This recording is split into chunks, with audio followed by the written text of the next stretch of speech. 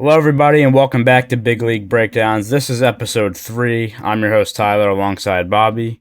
And today we are going to discuss one of the most, I don't know, controversial topics. I don't know if that's the correct. Worst fucking play call in the history of sports. That's what it is. There you go. We're going to talk about the Seattle Seahawks, New England Patriots Super Bowl in 2015. The infamous play that is referenced all the time around the NFL, and really just it's just a meme at this point, isn't it? Like you go on like a random Instagram post, and it's just like the Seahawks should have ran the ball. Yeah, and it's just it's still a running meme. It's the same thing like the Warriors blew a 3-1 lead. Like it's the exact same thing. That image, especially for a long while it happened, when of Malcolm Butler just completely fucking the receiver, was used in so many different meme formats for a while. I remember it was almost embarrassing. I almost felt bad for him. But yes, there's another Patriots episode in case you were curious. We got to do 2 in a row, and again, I have to express my bias in this episode, as always, is I'm a Patriots fan. So this will be fun for me. And I also do want to point out the uniqueness of this moment that me and Tyler are covering, because there's some nostalgia here for us, because we were actually together when this happened, in the same room and everything at my family's Super Bowl party. So a little bit of nostalgia here, because I remember exactly how this moment occurred when it happened. Yeah. I'm sure we'll get to that.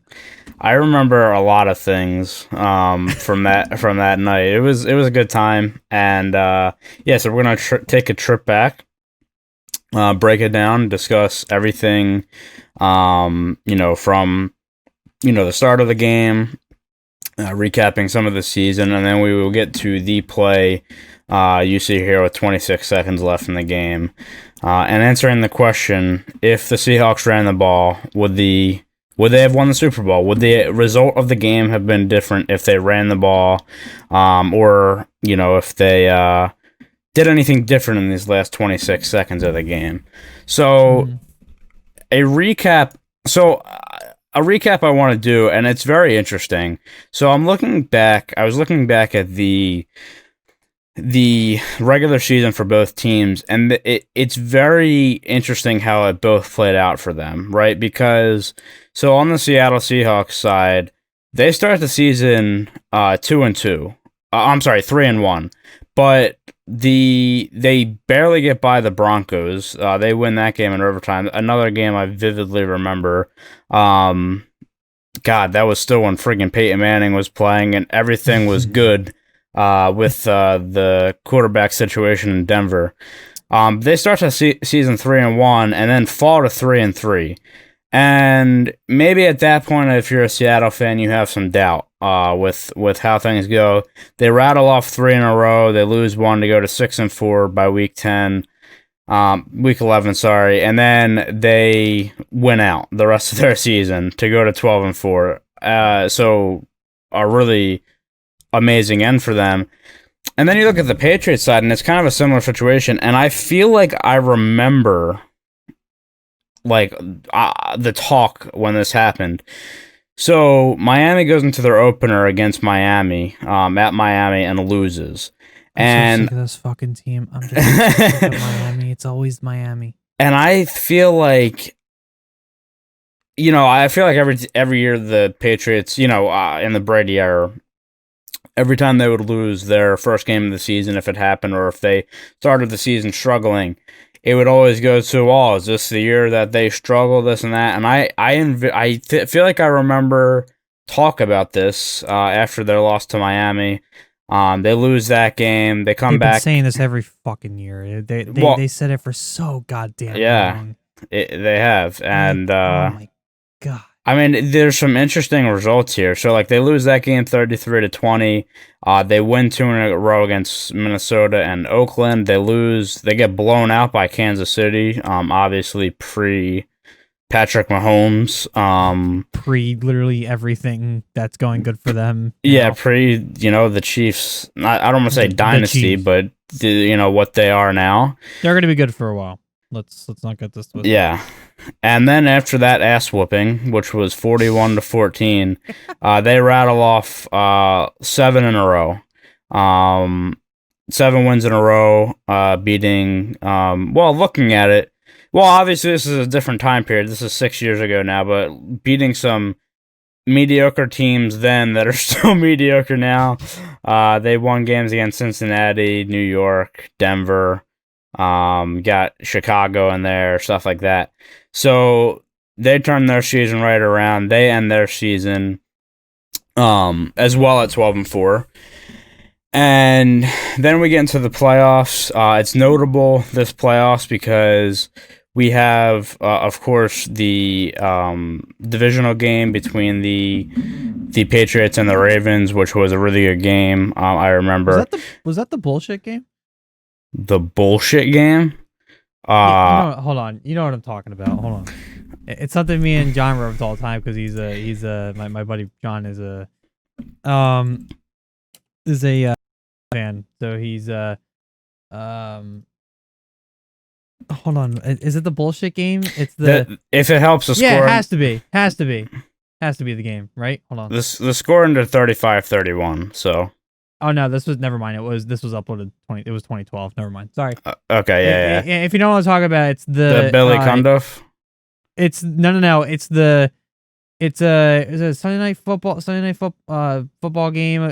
Patriots Ravens, and what was the call? It was the when Harbaugh was trying. Was there replacement refs at this point? Because it was when Harbaugh ran up and was trying to call a timeout, and he got a flag for unsportsmanlike. And then this was in Baltimore, and they started chanting bullshit, and Al Michaels' call was, "That's the loudest manure chant I've ever heard." That's funny. So it's called the bullshit game. I keep forgetting all the crazy. So I think it was the replacement refs because the first game of the year. No, maybe I don't know. No, because that game happened in 2012.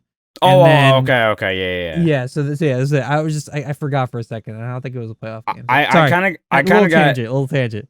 I kind of got confused because the Seahawks actually started their game. Their first game of the season was against the Green Bay Packers. That's why I kind of got confused for a second. But yeah, they finished their season 12-4 both teams, and then like I said, you got the game against Baltimore in the playoffs, and then. The game before the Super Bowl, I don't want to get into this too much, but it's the game against the Colts, the 45-7 game known as the Deflategate. Do you have any comments you'd like to add to that, or? Stupid.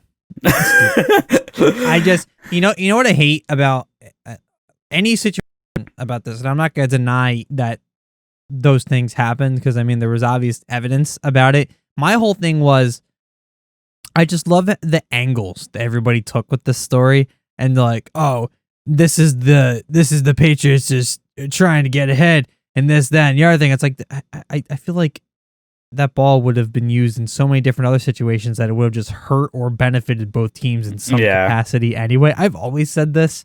I think the other thing worth noting, and you've probably said this, is like, the score was 45-7. Like, yeah, I was gonna say, if you honestly believe that the ball had something to do with that blowout of a game, you need to get half your dose of pain medication, because like that's not what it is. I would believe it a lot more if it was a much closer game. Right. But this was 45-7. I dare you to look me in the face and tell me that the ball was the reason that the Patriots won 45-7 after having a 12-4 season and beating the Ravens. Like, I don't. The argument's just not there, man. For Seattle, they still beat your ass with a backup quarterback after that. By the way, say that out loud. So for Seattle, they play Carolina in the divisional round. They play Green Bay in the conference championship. And they cruise all their way on to the Super Bowl. Now, big talking points for both teams for the regular season. Well, just talking points about their teams in general. Seattle with Russell Wilson at the helm, which, we're looking 6 years later. The best fantasy quarterback in the history of quarterback. I am so high on him, it's not even funny. Yeah, Russell Wilson's number one fan is fantasy fan is sitting in this call, and a team that as much success as New England has had in the Tom Brady era. I mean, Seattle had a run of their own, and I mean, they're still a really good team with Wilson at the helm. You got Marshawn Lynch in the backfield, which obviously was a big talking point for this game. But this is also the Legion of Boom era for Seattle. You got Richard Sherman, which. Who can forget his face after the interception? You'll see in a second. Don't you worry. It'll be full on display when we go to play the clip later. Yeah, I mean, obviously, guys they still have there now, Bobby Wagner and stuff like that. And I believe Cam Chancellor was still playing, and Doug Baldwin. Like, all these really good teams Seattle had. And obviously, it came down to a play in the last minute of the game. But, of course... what was that?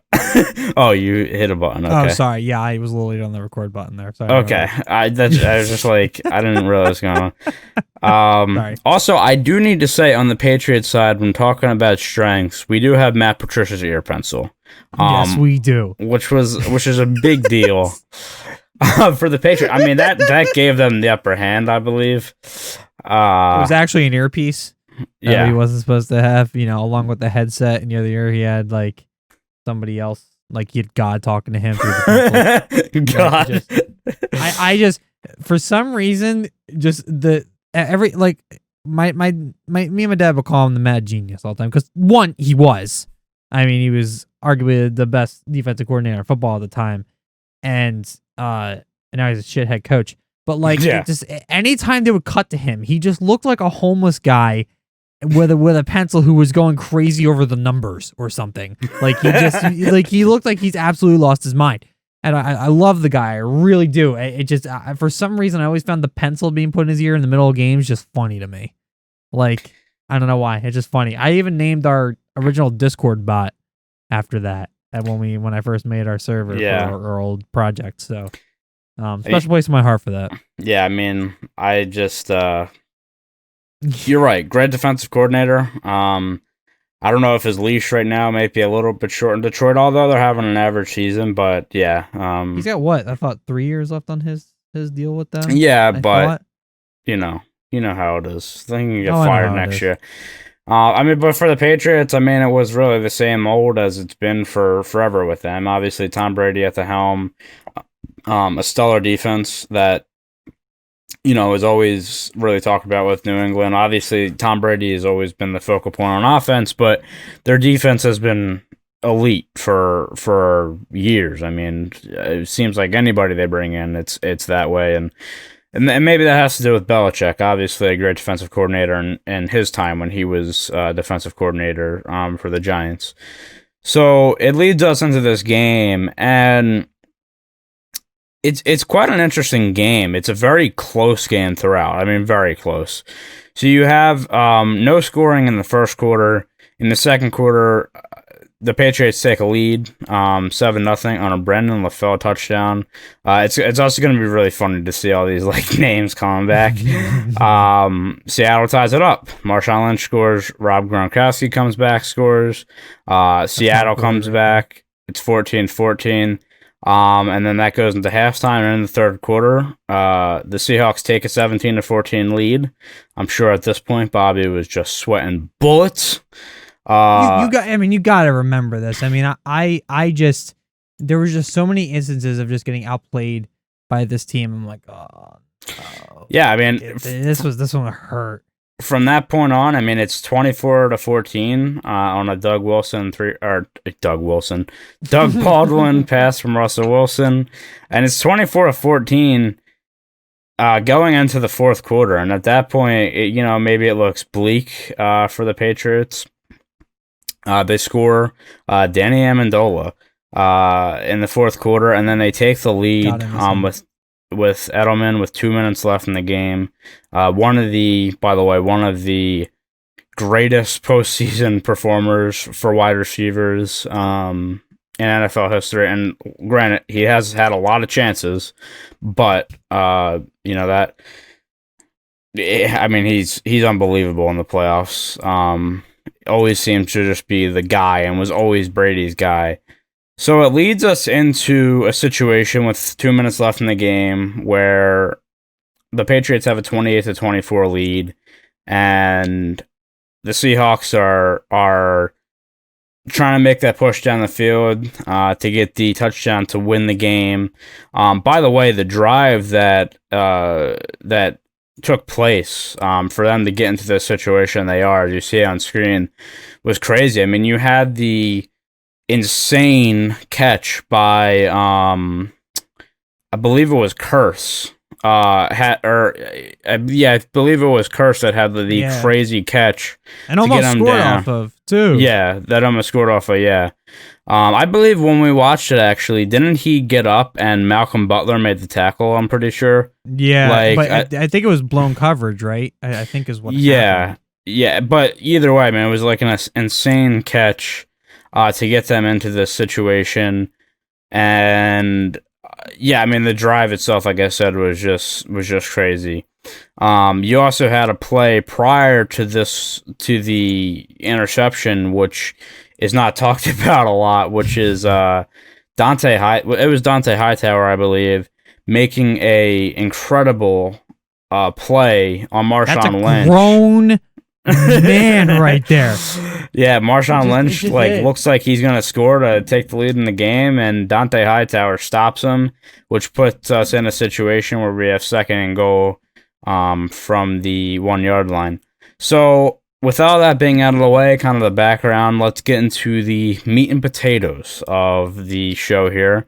Really honing in on this play and breaking it down, what we've seen, and everything we discussed when we planned this out. So let's get into that. So like I said, the play prior, Dante Hightower makes a incredible play to keep Marshawn Lynch out of the end zone. And that leads us into the play of the game with 27 seconds left. An absolutely incredible play by Malcolm Butler, which we'll play through now, and I'll commentate over, and then we'll go into the breakdown. So, Bobby, you can start the video. Obviously, Russell Wilson dropping back, and Malcolm Butler just making an incredible break on the ball, and mayhem ensues. I love just everything about this. You'll see like the Patriots sideline going crazy. You'll see eventually Richard Sherman's face, Pete Carroll just chewing his gum like always. Chewing away. Tom, knowing he'll get his, at this point, what is this? His fourth Super Bowl, yeah. And a young Russell Wilson there. Man, it's been crazy though. He's been doing so many good things. This is just, it's grown man, Malcolm Butler, undrafted rookie, right? At this point, like Jesus Christ, Tommy. Yo, you gotta find the mic'd up of this, by the way. It's hilarious. There's Sherman up amidst all the annotations I have up on the screen. So good. By the way, I can't even turn them off. That's pathetic. All right, well, you're not even gonna see this anyway. Or maybe you will. So that's all right. Anyway, yeah, you're good. So yeah, we're gonna go through the breakdown of the play in a second. I do want to bring up, as Bobby alluded to before, our past experiences with watching this game. So before we specifically get to this play, I think this is maybe the same thing for you, and it doesn't have really anything to do with the game, but the moment I remember the most was our friend falling through the chair. So it's up on my Instagram too. So we had a friend, Nick, who was over watching with us, and he was sitting on we had a wooden dining room chair that we pulled out into the living room to watch. And we're watching, and me and Tyler are definitely the most invested guys in the room. like just not really chit chatting too much, except in between plays, like focused on the game, getting ready for this big league breakdown that we were planning on doing in 6 years. So my remembrance of it is I'm, just dead in the game, right? And all I hear is just creaking smash. And it was just like, and I look at Tyler, I look at someone, I'm like, what the hell? I turn around and my friend is like, think of like when you're in like a floating tube in a pool, like the way you like lay on top of it. Think of that, but in a chair. Like he was just ass was down. He was folded up like a napkin inside this chair. We just started all busting out loud. We had no idea. And the funny thing about it is, it's like he's not even like a heavy dude. No, like he's a feather. Like too strong of a wind, he'd be flying around like a kite. And so I still to this day have no idea how it just broke. It just happened to be, I guess, a little weak on somewhere, and he just happened to sit up. But it was just. I don't know if he was like, if he was doing something that would have, made the chair just break at that point. But I remember just like we have pictures on our phone about it, and like just good times. But weird. The other big thing I remember from this game is this play and the reaction in the house, which was I guess. How old were we at this time? We were, 6 years ago. 2014, so what, we're... Like 16? 17 years old? 16, 17. So, the adults, I guess, were upstairs, and then, like, the kids... Yeah, so a lot of my family, your parents, and my parents, and my aunts and uncles, and then all the kids. Yeah, I think all the kids were downstairs. Like, I remember, like, obviously us three there. Like, I don't really remember who else was there, but I remember on this play, obviously... Bobby sitting there under stress. He thinks I missed this play. Like I saw it, but like I kind of like half saw it because I was basically like, I'm sitting here like I'm accepting defeat. I'm like just end it, just end it already, just end my suffering. And then I remember Tyler being the first one. He goes, "Oh my God, they intercepted it!" And I look at him like, "Ah, what the fuck? Like what the shit?" And just chaos ensues. And I run to the foyer. My dad runs downstairs. We like tackle each other on the ground, screaming, yelling. Oh, it's one of my better moments in life. That's what I remember. Had no idea what happened. Yeah, I remember just your dad coming from upstairs, you going from downstairs, and just yelling, and it was just absolute chaos. And probably the same for a lot of people's houses at this time. On one side of the spectrum. It depends on what side you're on. I have a very fun video I'm going to put in the description for everybody later. If you're a Patriots fan or you just hate the Seahawks, I have a very fun compilation for you, all you fellow masochists. So yeah, it was really good times, and Bobby's family hosts the Super Bowl party almost really every year it's been, and always one of my favorite times. And a lot of that has been filled with Patriots Super Bowls, but still, you got a couple. You sprinkled a couple of you guys in there. Yeah, one you were on suicide watch, and then one you were. I wish I wasn't there for that one. Like I wish we could have skipped that one. That would save me the embarrassment. We actually get to. I just realized that we actually get to resume our Super Bowl party because I haven't been to the last 4 because I've been away in Maryland for college. Yeah. So we actually get to watch Super Bowl together, guys. That just got me so excited. We're he's in Inner Circle, by the way, for any of you COVID people. Yeah, and I was just COVID people. For people expressing concern over me and him meeting up, he's part of the Inner Circle. He's not too far from me, so So and I get tested anyway. I also, I don't want to get too off track, but I did want to bring something up real quick when you mentioned the Super Bowl. So I seen something today from the NFL that like they're potentially allowing 20% capacity for the game, but they're basically going to have like I don't like a penalty box around the like the fans. It sounds like separating them. I think that's right. Like they kind of like how like all the color commentators have now when they're up in the booth, like they have that little pane of glass. Well, they said they're putting him in pods. That's what so I just think of that as like a little like plexiglass penalty box, right? I can't wait for this halftime show. Then at that point, like they're just like, oh my god, they're all going to be in cages. It's going to be so weird looking. I just had to bring it up. I didn't want to get too off topic, but yeah. So let's actually get into this now. What you all came for. Yeah, right. Yeah. So let's first look at this from a just overview of this play. So Seattle comes out in a very interesting set, right? So they come out in shotgun formation with Marshawn Lynch to the left of Russell Wilson. You have a wide receiver to the left. I'm not sure who that is. It might be Doug Baldwin, it looks like. That's to the left. And then you have the stack wide receiver formation on the right side with I'm not even going to pretend. I think that's Javon Curse, and then behind him is Moore. And it's interesting because the Patriots come out in a interesting set themselves. So they have man coverage on the outside with Browner covering Curse and Malcolm Butler standing behind him waiting to cover Moore.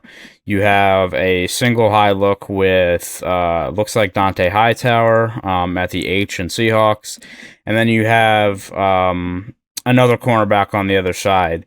And then everybody else is on the line of scrimmage for the Patriots, which is interesting. I want to shout out because obviously we definitely use some sources for this. I want to shout out SB Nation for an article they did on this because they themselves kind of broke down number wise why the Seahawks may have made the decision that they did.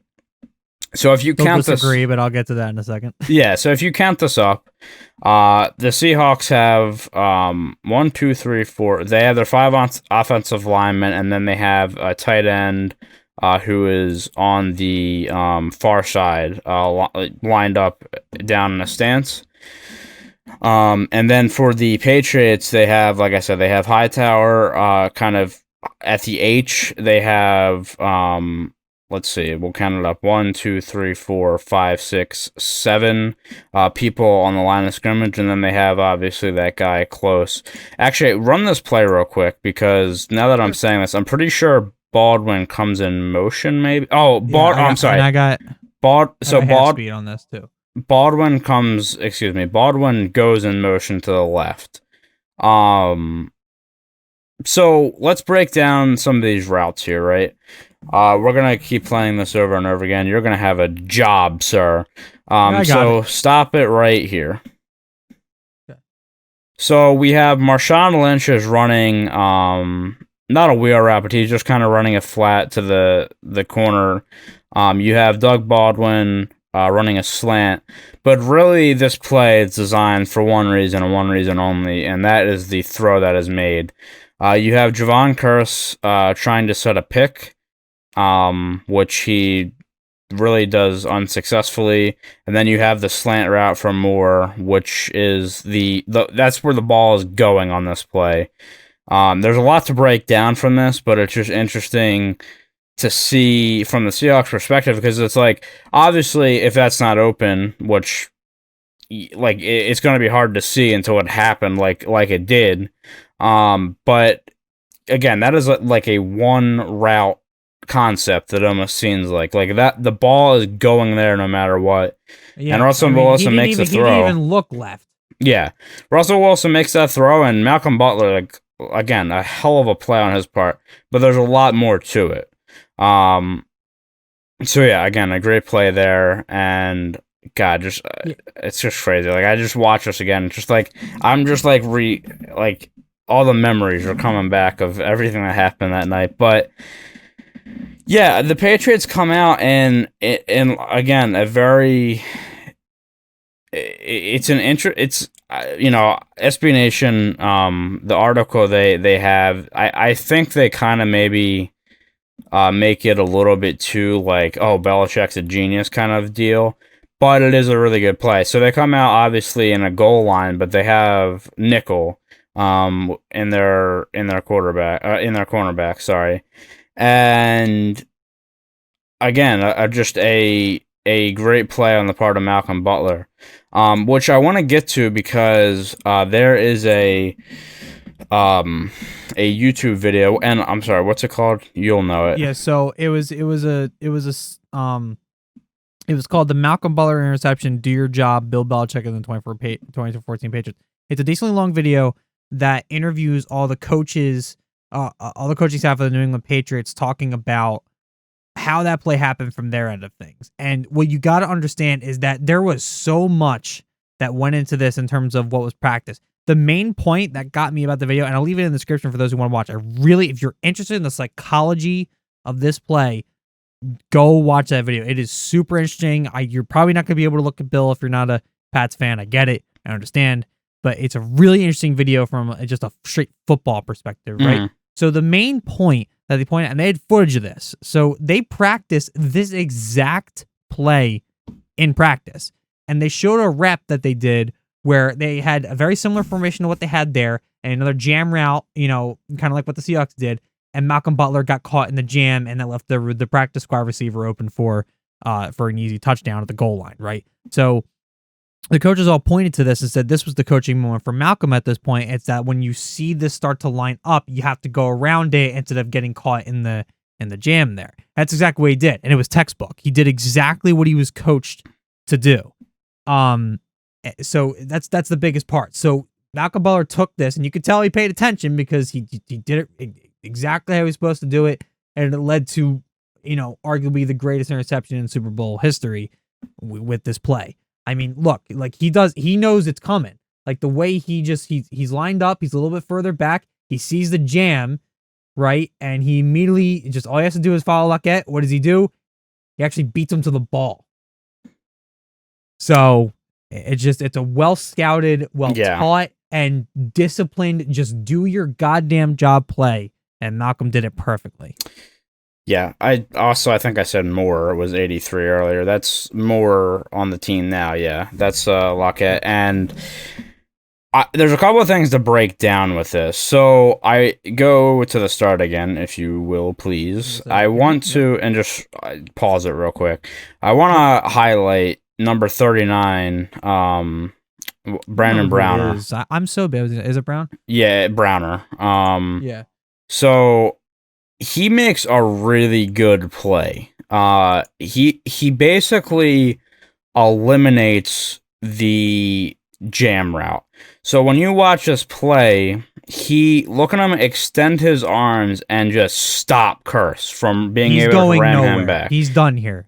Browner knows that this play is coming. And not to mention, so like this pick play, this jam route, whatever you want to call it, is such a play that it's run so much, especially now. Dude, this play is run like multiple times a game by both teams.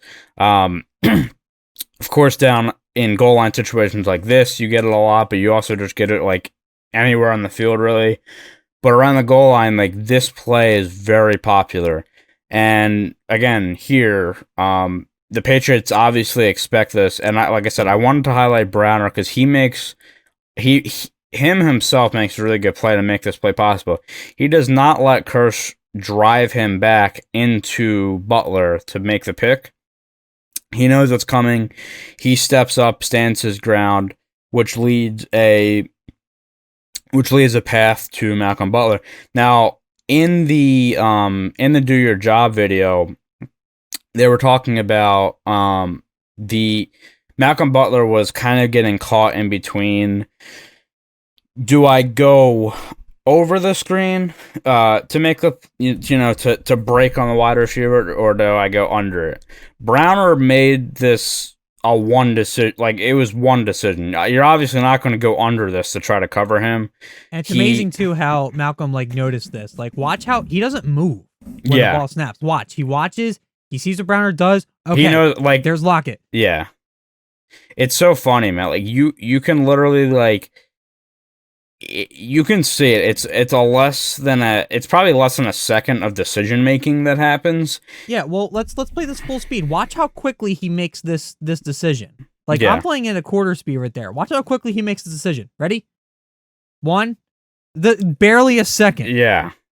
Like, so he just, I love shit like this. I love seeing how somebody's brain functions and how they can make decisions like that so quickly. Like, know what the outcome is almost going to be. You basically watch her, like, roll it again. Like, so the wide receiver, when let's see, as this goes.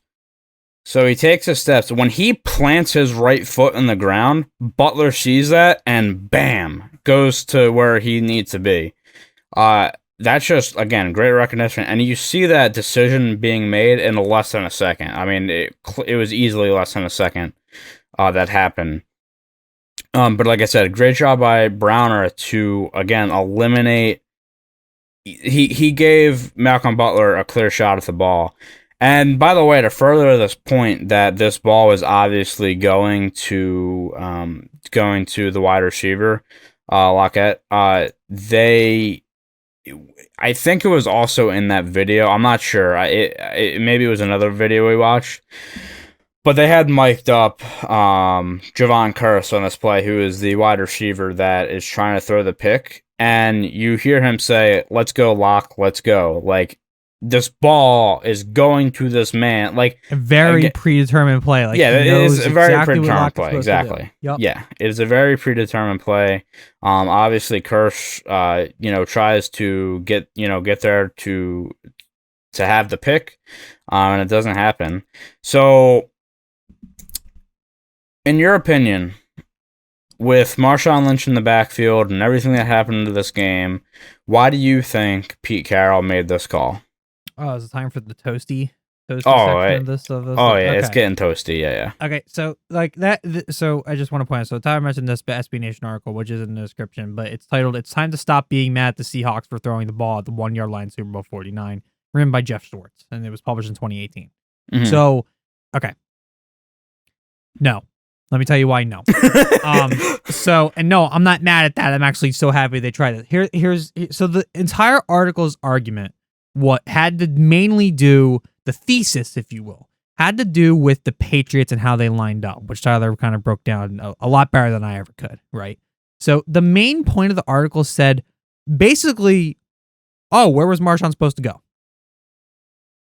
But what I think it misses, and yes, okay, maybe from a football perspective, and I'm going to say this clearly, I'm not a football player, never was, so some of these more elaborate ways of play calling, and what'd you say, you little bitch? Never will be. Yeah, whatever. I can still outrun your ass. Anyway, so some of this goes past me, but this is what I do know. Okay, Marshawn Lynch is a fucking monster. Okay, and the main thing for me is, okay, if you want to pass the ball, why do you do it on second down? Okay, yes. This is the main thing for me. If this was third down, we're not doing this episode. Like, straight up not doing this episode. Because if you're Pete Carroll, I would think, okay, let's look at the time, place, score. Okay, touchdown basically wins you this game. You have 27 seconds left. You have a timeout. But even the issue is, or the more bigger, I guess, thing about this is that New England has 2. And if you run the ball here, New England's going to use 1. So you're not really as much fighting against the clock in this situation, considering you're on the 1. Okay. So to me, it's a situation where it's like, okay, why not just give it to the guy who has blasted through defensive lines all season?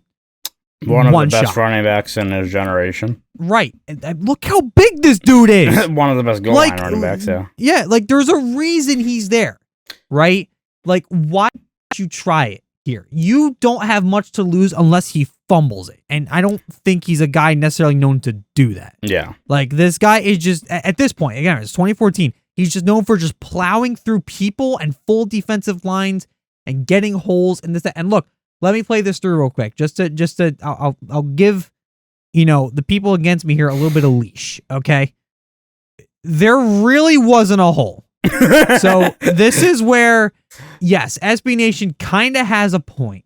Okay, I get this, but the thing that's special about Marshawn Lynch is that he don't need one. He's gonna get through anyway. I mean, I will say, in your defense of this, the Seattle Seahawks offensive line is going for a pass block, which is much different than a run back, right? These guys are backing up. Like, if you look, I know a number, and on numbers game wise, as I broke it down, there was six Seattle Seahawks with, on the line of scrimmage, and there were 7 New England Patriots. I find it hard to believe that if those guys are doing their job, Marshawn can't run over one guy. Like, come on now. Like, that's all he needs. All I'm saying is, like, let's put a disclaimer on this. You see Mr. Wolfwork right over here? That's 3 men. He's not the guy. He's not the guy you're getting through. Okay. So you're not getting through him. But I just don't get it. And it's like, if you're gonna get annoyed or like you shouldn't have had the ball. Where was he gonna go?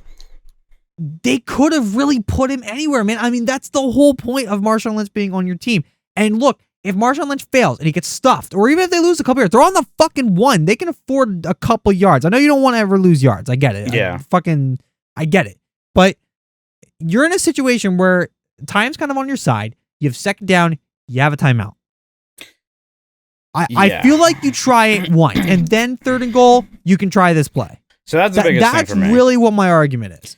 And that's where the SB Nation article kind of loses me. Yeah. Where it's like, oh, where were we supposed to go? It's not really about where is he supposed to go. To me, Marshawn Lynch, it's a coin flip over whether or not he gets in. And if he doesn't, it doesn't matter because you have another down and you have a timeout.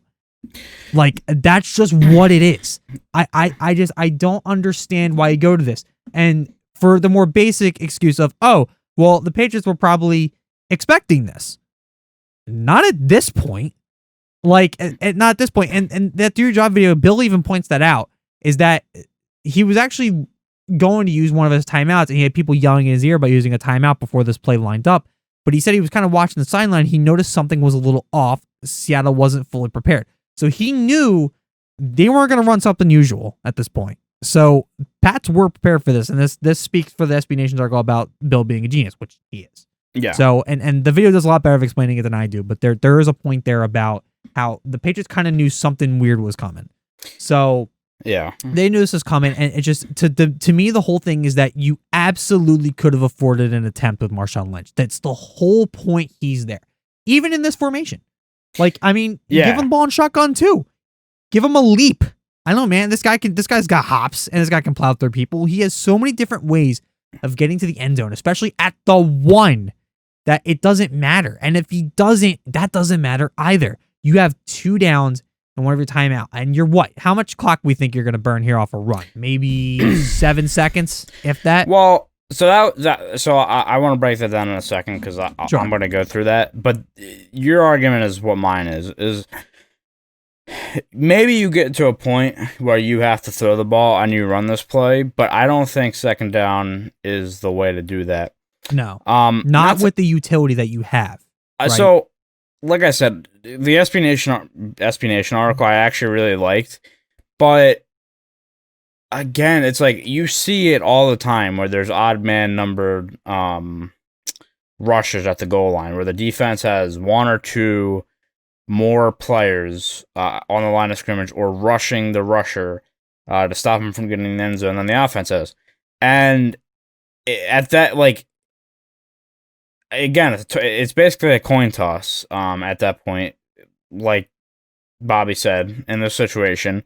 Obviously, when he ran the video, again, a pass block is going to look a lot different than a run block. Like, if these guys push, they're basically going to be stuck at the 1 yard line, and Marshawn Lynch has a full head of steam and needs to go 1 yard with his body. I mean, you don't think with that ego that he don't want that at that moment?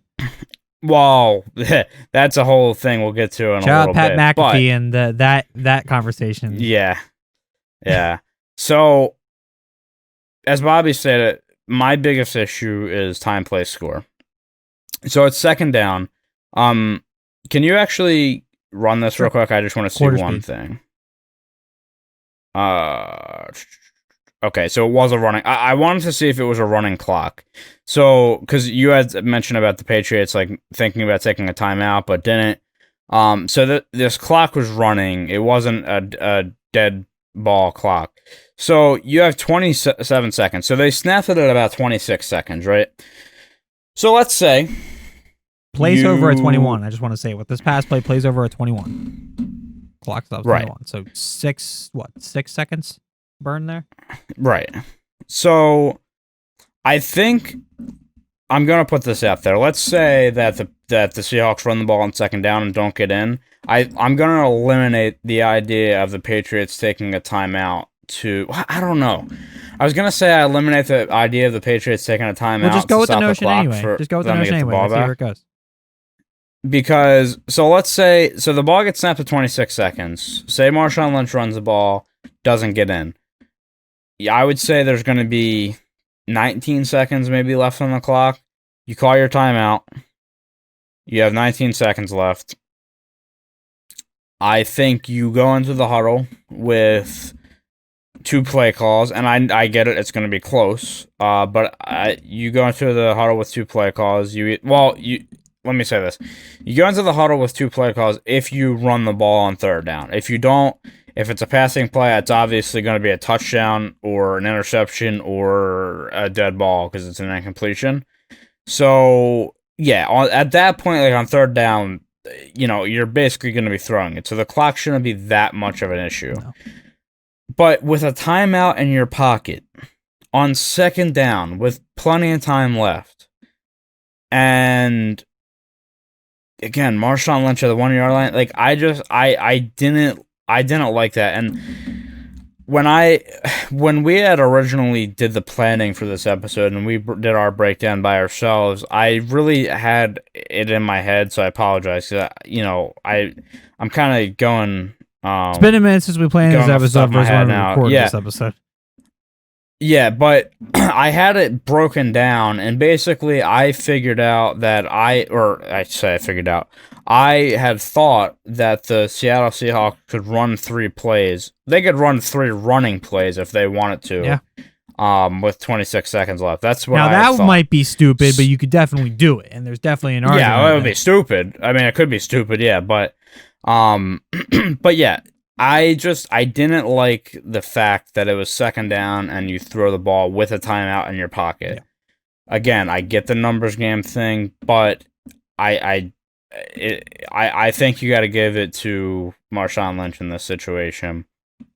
He's already proven what he can do at this point, and he couldn't have asked for a better situation. This is a clutch moment, yeah. But he has all the time in the world to make this clutch moment. Like there's so much collateral that Seattle has at this point. It just seems dumb to me to do anything else.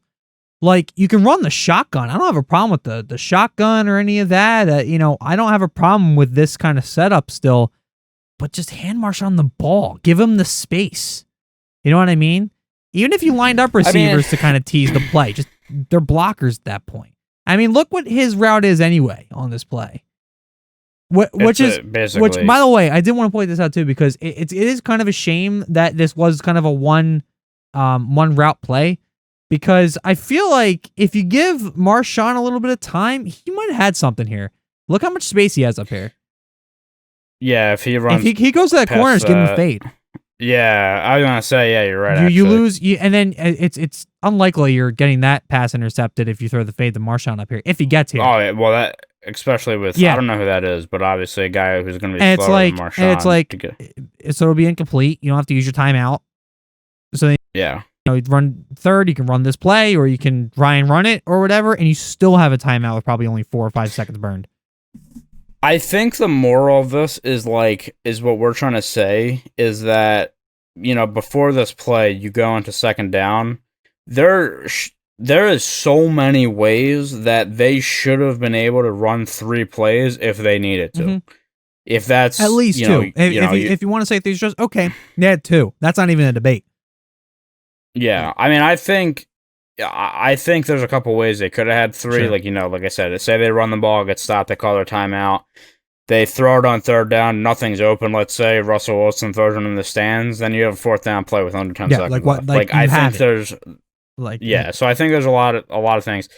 So that's why I wasn't too keen, I guess, on the play call on 2nd down. Now, looking at it from a defensive perspective, can you roll it? Sure. Go to the beginning again. So you can stop it because I want to look at the formation again. If you're looking at this play, I find it hard to believe that I find it hard to believe that you think this play is something other than a run play by Marshawn Lynch up the middle, or off the right tackle, you wouldn't even do that because I have another guy over there. So it's going to be Marshawn Lynch up the middle or this pick play. And I say that because of the formation they're lined up in. Malcolm at this point knows what it is. I feel like. Yeah. And that's what I'm saying. Because this is the thing, too. He doesn't have to think about this as a run play because most likely it's not going to involve him anyway because Marshawn Lynch is going probably right here. So to me, it's like all Malcolm has to read is, okay, I've seen this route before. I know what Curse is about to do to Browner right here. So all I have to do is figure out which direction to go. And like we said before, Browner kind of decides that for him. Yeah, and like we said, also like when that receiver puts his right foot in the ground to push off and excel himself to the middle of the field, Malcolm Butler literally ran like exactly where a slant route would be. Now, again, looking at this play from a defensive perspective, so the way Malcolm Butler's lined up, like his positioning on the field right now, and again, knowing that the formation that the Seahawks are in, there's going to be contact, even if they ran a different route, there's going to be contact between Kirsch and Browner. So they're kind of going to be stopped for a second, essentially. The way Butler's positioning is, like the whole, we're looking at the screen from this angle, from like the K and Seahawks to the end zone closest to where the camera is, like that's basically, you're not going to get anything there if you're the Seahawks, especially not because to the of corner, the positioning. In case somebody tried to do that type of to the pylon. Yeah, like Butler's positioning basically allows him to cover, like I said, the K and over. Like you're not getting anything there.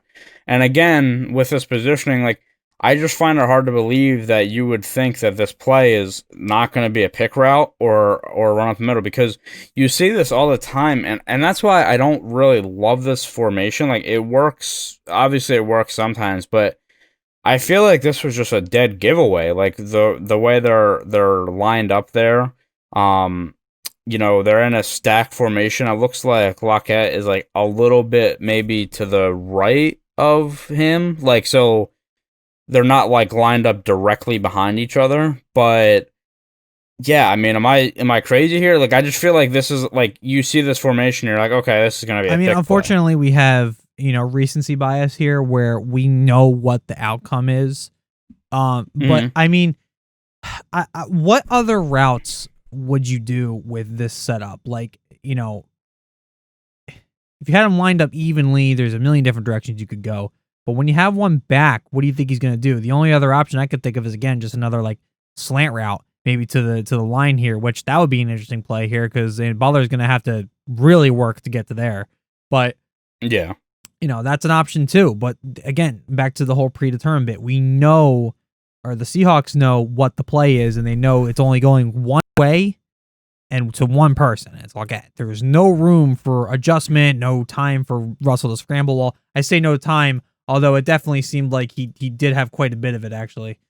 The pass was definitely just quick. Like, there was definitely no one breaking through, and he had so much more room. He definitely had at least another second or two to really think about the decision if the play called for that, but it didn't. So, it just, I think you're right for the most part, but like I said, there is some recency bias here. It's really hard to kind of separate ourselves as to what else it could have been or how it's could have been dead giveaway. Again, to me, though, the only person that really matters about whether it's a dead giveaway to is this guy. Like, honestly, it's honestly Malcolm. Like, and even Browner, like, I think Browner even kind of knew at this point. Like, he kind of knew what happened. Like, I mean, that's why I think he was also able to really make this play with him just completely. Like, he didn't even, like, drop back. Like, watch. He immediately, watch the snap. Watch him arms extend. Yeah, he goes forward. He knows. So, really, all it came down to at the end of the day is the IQ of these two guys right here. And great coaching. Yes. I mean, that's great coaching. And there's a part of this, too. Malcolm wasn't even supposed to be on the field for this. He got thrown in last minute, and you hear Malcolm go, and he gets out there. And this was after he was already frustrated about the curse catch that happened just a few plays before this. So this was just a miracle ready to happen at this point. And the IQ of these two guys plus great coaching really led to them just reading this play from the get-go. They knew what to expect. Browner especially. Browner really is the unsung hero of this whole thing. I mean, the way he stepped into this, the way he knew it was coming, the way he executed this block, and then they gave Butler so much time for him to be able to make this adjustment and make this play and ultimately win the game for New England. It just speaks volumes. Yeah, I think the two unsung heroes with the Patriots is, as you said, Browner, and then I said that, like I said before, the previous play with Hightower. Like, this game could have gone very different if it wasn't for them. Yep. And as Bobby said it before, I encourage you to go watch the Do Your Job video by the Patriots, like, because we're telling you all the things that they're saying and stuff, but like, you watch the video that they, to go along with the commentary, and it's like, it gives you like a new perspective almost about this play because of how it was being taught to Malcolm and how, it was a struggling point for him, and then they hammered it in, and then you get this play that happened. So I really encourage people to watch that because, like, we're trying to explain it the best we can, but when you're actually watching the video with it as well, it's really informative. So we kind of discussed already when we went over time management what we would do. Like I said, for me, I would run the ball here on second down. 100%. Right up the gut with Marshawn Lynch. Now, I do want to say, too, like, I don't know if I necessarily love running out of this formation. Like, I feel like it's almost one of those things where now it was a running clock, and I can't exactly remember the situation, what was going on. Obviously, I know there was confusion there, so you don't want to run like a whole new unit out on the field, maybe. But I guess ideally, if all things were equal and the time was stopped, you would want to just get your big guys out there and have Marshawn run behind them. But for me, if I have to run out of this formation, I will. Like I said, I still think you're giving the ball to Marshawn Lynch, and I think that's the play there on second down. I don't think throwing here I would not have thrown on second down, basically, unless they weren't covering somebody. Yeah. I would not have thrown this ball on second down. And then, from third down and fourth down, that would have obviously been different. But for me, that's the case. And I think that's the case with Bobby. If you're going to pass it, if you're going to pass it, okay, let's say you absolutely have to, for whatever reason. Let's say Marshawn Lynch just gets taken out by a sniper before this play lines up, because otherwise, I'm telling you, man, like, there's just no other reason right. So let's say you have to pass the ball. Yes, typical goal line etiquette, and now you're talking to how often this play is run, is like, yeah, you run this play. But even in a situation with a running clock, and I would think and look, there wasn't a lot of time on the play clock either, but I think you look at this formation that the Patriots are going here, and you're like, is this the best idea we've ever had? Like, you know what I mean? Like, but there was time for this. I would even argue Seattle could use their other timeout here. They could. It's probably not the greatest play, but they certainly could do it. They felt, okay, they have this red. Let's try something else. And then at that point, I feel like you just run something to one of the corners here. Either with what I said about Lynch, where he was going, if kind of where he was going. I mean, he kind of was a con man anyway in this play. But I mean, like, even if you let him kind of go to the corner and just gave him a fade, or even if you had, Lockett, I feel like Lockett's actually in a pretty decent position to just go out to the right here and get to the plane at this point. I mean, it's definitely it's going to be an interesting play to try, but it's definitely something you could do. And I would argue you're less likely to get intercepted there versus the jam route that they got going on here. I would say if it's not caught and it's on a reception for a touchdown, it's probably an incomplete pass. Stop the clock. Third down. Now I can try something nice. Yeah. Like the whole thing revolves around time management for me. Like that's just what it is. And look, Pete Carroll is a good coach. I'm not trying to take anything away from Pete Carroll here. And I you know what? And I kind of respect that he's defended the call to an extent. I mean, I kind of want him to admit it, but at the end of the day, he's like, look, we were in a situation where we thought that was the right call to make. Because at the end of the day, he doesn't want to throw his coaching staff under the bus. He doesn't want to throw his players under the bus. So he has to kind of own that, right? But it just, I don't know if this was too tricky or they just should, to me, just stick to your guns here, man. Like, I would run this ball here. You have a timeout, run the ball. If you don't get it, that's fine. Third down, call your timeout. You have a good amount of time. Then you can try either this jam route or you can try something a little bit different. Like I said, maybe just kind of like a fade, like just to get it out there to the outskirts a little bit. And then you still have another play, if you're not going to run the ball, if it's incomplete. Like, that's the thing. It's just like there's so much clock available to you here. You know what I mean? Like that's just what I don't understand about this. But that's what I would probably do in this situation. Yeah, and the one thing, and I don't know if I'm going to have you do it one more time. I want you to roll the clip, and I want you to see if you can stop it right before Russell Wilson's about to throw the ball. Like, when he's looking at the receiver to make the pass. Because I did notice something. All right, so ball gets snapped. Eyes are locked immediately, by the way. I mean, if he doesn't even look. So, all right, right here. Right there. So, if you're Russell Wilson and you see... I was talking before about how, like, Malcolm Butler, with his positioning, defended a portion of the field. You have to feel really good if you're Russell Wilson that Kearse is going to be able to drive Browner back to make at least some, even if it's a small contact or a small detour that Butler has to make. You would hope that. But it's really hard to say because this is a bang play. Like, there is no time to really hesitate. Because the only thing I was thinking was, I wanted to pause it here because I wanted to see what Wilson saw. Like, if it's a situation where, let me backtrack.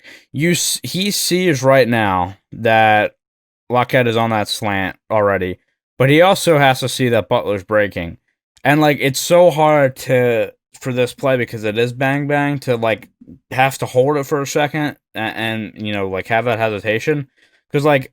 Maybe he sees that play is not there. You throw it out of the back of the end zone, and you'll live to see another day. It's just really hard. I understand it, but like he has to see him breaking here, and I'm not blaming Russell Wilson. Like again, this was a design play, obviously, but man, I just see this game going so different for the Seahawks. Yeah, me too, and that hurts to say coming from me. This. I was already admitting defeat by this point when I was watching this game back then. Like, so yeah. I will defend Russell a little bit. I mean, I almost feel like he could have thrown it quicker. You know what I mean? Yeah. Like, just a tad. Like, even if he had like another half second, before he threw the ball, because Lockett, like if he throws it like now, like he's looking already. Like Lockett's ready for this ball. Yeah, you know what I mean. And Malcolm probably still would have caught him just because Malcolm, again, this is about winning your reps, and Malcolm's winning this rep already. Look at the angle he has. But I don't know, just he waits just a tad too long, just a sliver. But we're talking like microseconds, so it's probably not even worth bringing up and entertaining. But that is a part of this too, is that he probably could have afforded to throw like a half second earlier, maybe a little less, to try to get the ball to Lockett. Because at this point, to me, it's just about getting the ball to Lockett, not necessarily breaking the plane with it, which is what he was kind of doing. If you're a Lockett, like when this play happened, like it had to be a shock because he doesn't know hit him. Obviously, he's looking at Wilson, but like you have to think like there's no way that this guy is picking me off. Like I gotta beat him to the spot. Like in your head, you have to think I'm beating him to the spot. Then he gets like kind of like bodied by him, goes flying. Like I just can't even imagine what he was thinking. He's looking for a flag. Him and Kearse are both looking for a flag at that point. Yeah, I guess maybe they thought he got there early. I thought it was pass interference when I first saw this too. Like after I kind of looked up and when they showed the replay, I'm like, man, that's not pass interference. He rammed him over. But no, this was he's clean. Making a play on the ball. Yeah, it was clean. No, this was absolutely clean. It scared me for a second. You could see Kearse, watch his hand. He's on the bottom right. he runs over to the goal line. He kind of makes like a hand motion, like, where's the flag? Where's the flag? Kind of deal. Like, I mean, that was going to be the only thing that saves them here. Yeah. Determined clean play, beautiful play, ball game.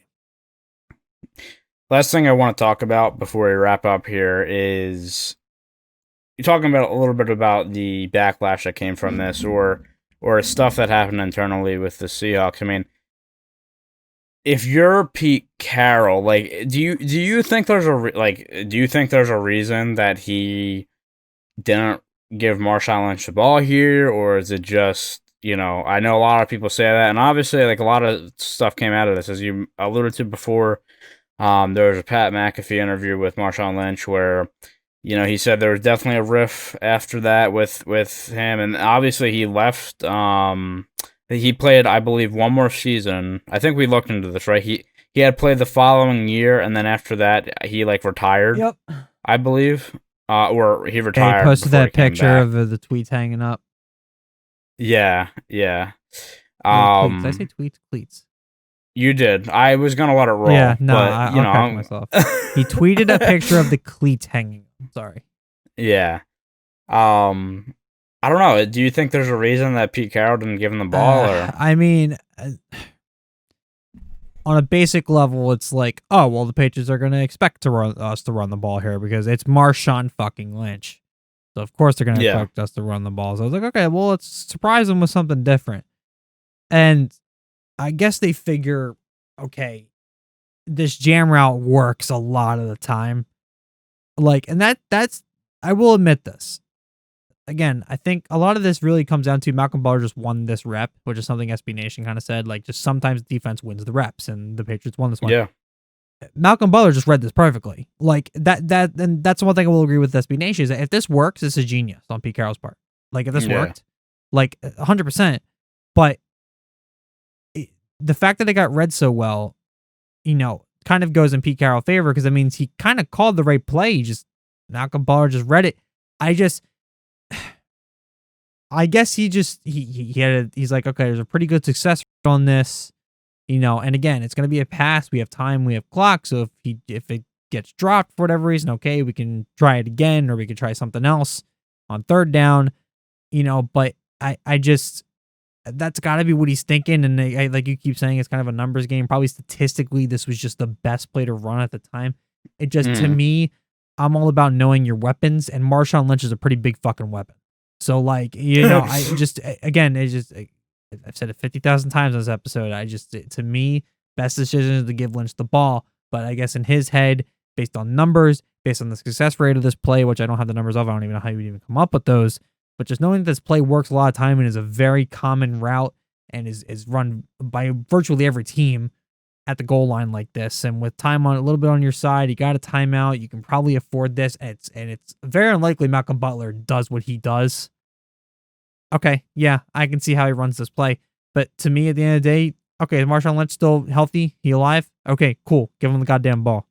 Exactly, that's what it is. I can see some reasoning for the passes. I guess what I'm trying to say. I could see some reasoning, but not see both enough sides? to say again. Can you see both sides? Yeah, shut up. Can't use your own goddamn saying against me, buddy. Little inside joke for us. Sorry. So yes, I can see some reasoning for them passing the ball, but I think in my head, and I'm no expert. I'm just some idiot talking to you, but some douche canoe. But yeah, some douche canoe talking to y'all. I think Marshawn Lynch being in his prime and doing what he's done all season long is your best play, and you have a safety net with it. You couldn't have asked for a better scenario for Marshawn Lynch to be in and the Seahawks offense to be in, where if you hand the ball to Lynch, you don't lose really, because even if you get stuffed again by Mr. Hightower, you have so much more clock.